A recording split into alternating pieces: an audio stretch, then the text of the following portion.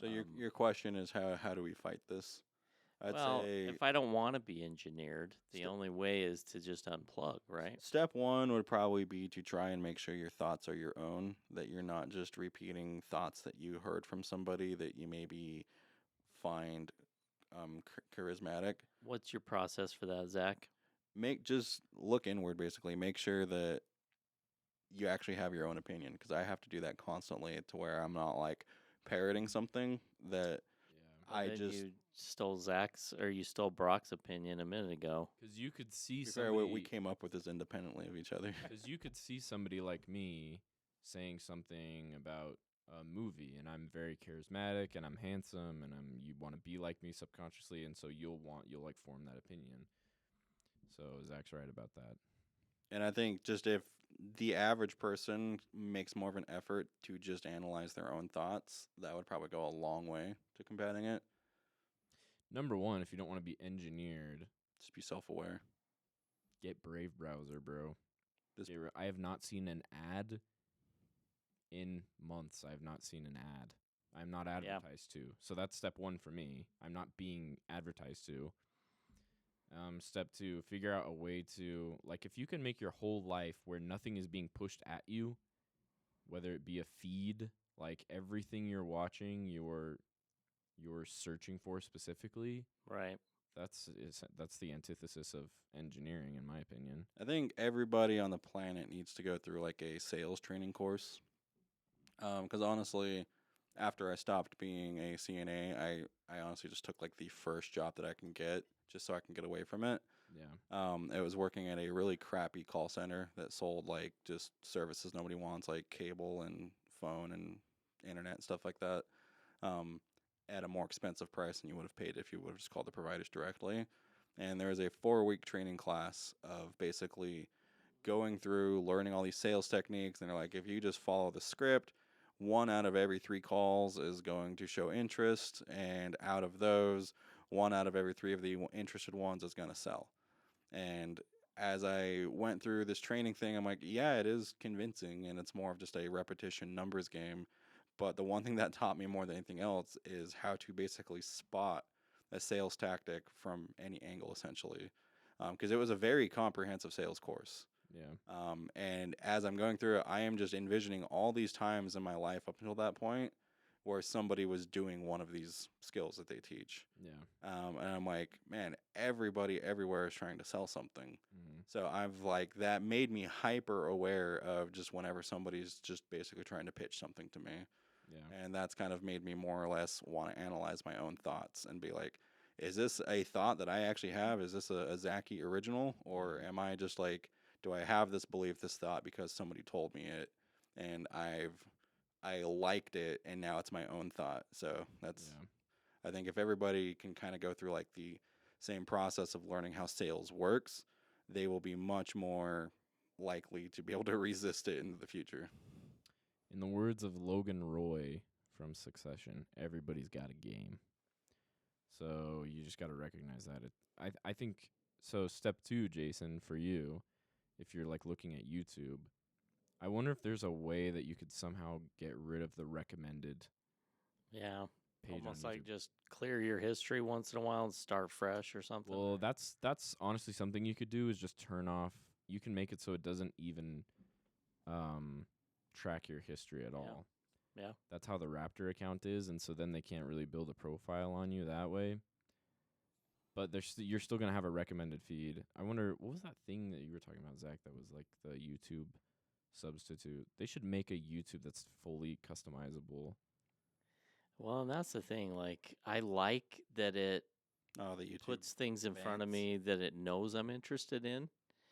And I feel Yeah. like I've stumbled upon things that are really interesting to me because of that. Yeah, it's not all evil. But yeah, Especially YouTube is probably the least evil one. I'm when I'm talking about like engineering, I'm usually talking about Instagram and TikTok are the public enemies. Facebook is horrible also. Yeah.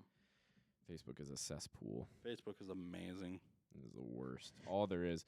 Anytime I ever go on Facebook feed, it's just AI. We get so many rage views bait. from Facebook, bro. Yeah, AI rage bait. Yeah, that's the thing is when you don't have it tracking anything that you're interested in, it just makes crap up, and usually it just Yeah. defaults to just AI stuff. But I mean, that would kind of be the move if you just want to be really conscious of that. You can still have subscriptions, so you can have people you're subscribed to and stuff, but then it won't really, it won't try and push anything What do you do when somebody you've been at you. subscribed to for like a decade just puts out things that you don't want to watch anymore? Unsubscribe. So here's a question for you, young pups. Okay. Is there such a thing as could there be a perfect social media platform? And if so, what would it look like? MySpace. Instagram 2013. So back before it became Back before it got shit-ified. monetized. Instagram used to be you post pictures, there was no videos, there was no carousels. You post one picture, you have a caption, hashtags, you can follow, people can like and comment.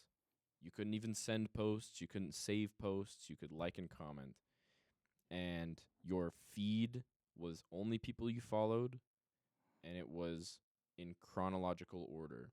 So whoever posted most recent, it would show up at the top. Everything changed about social media when Instagram switched that up, and they said, okay, we're gonna do away with the chronological timeline. Whatever the thing that's gonna pop up is what we think algorithmically you'd be most interested in.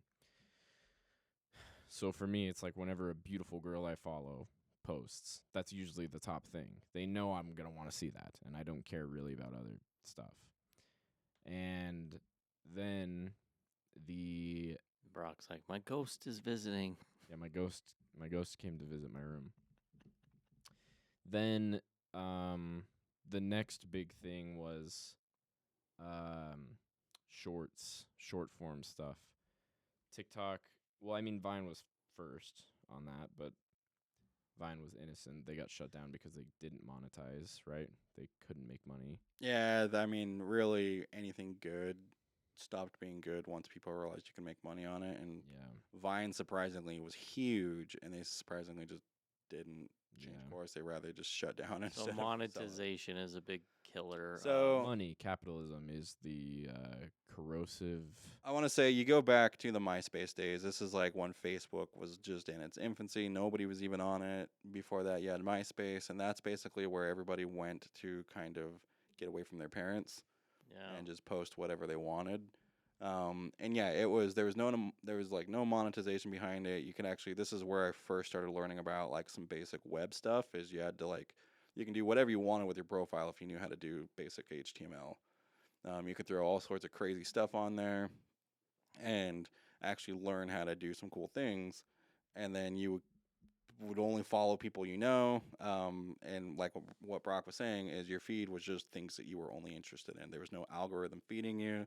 It was all pure organic, just stuff that if you hadn't expressed interest in it or followed somebody, you wouldn't see it. Realistically, though, that's still kind of, and this is what people thought about social media back before it became this advertising juggernaut, is it was still fairly toxic in that it was just a popularity contest. You had teenagers doing whatever they could to be in front of people, trying to get as popular as they can. And then basically the big business world saw that, like, oh, dope, let's do that, but with businesses. So honestly, I don't think there's ever been a time where social media has been great. It was really controversial when I was in high school because you had girls trying to like look as skinny as they possibly could. They had huge body image issues, things like that. You had dudes trying to basically do whatever they could to try and look popular to get girls to follow them, and it really just was never great. Like it worked a lot better and it was cooler, but honestly, from a psychological standpoint, it's been garbage since day one.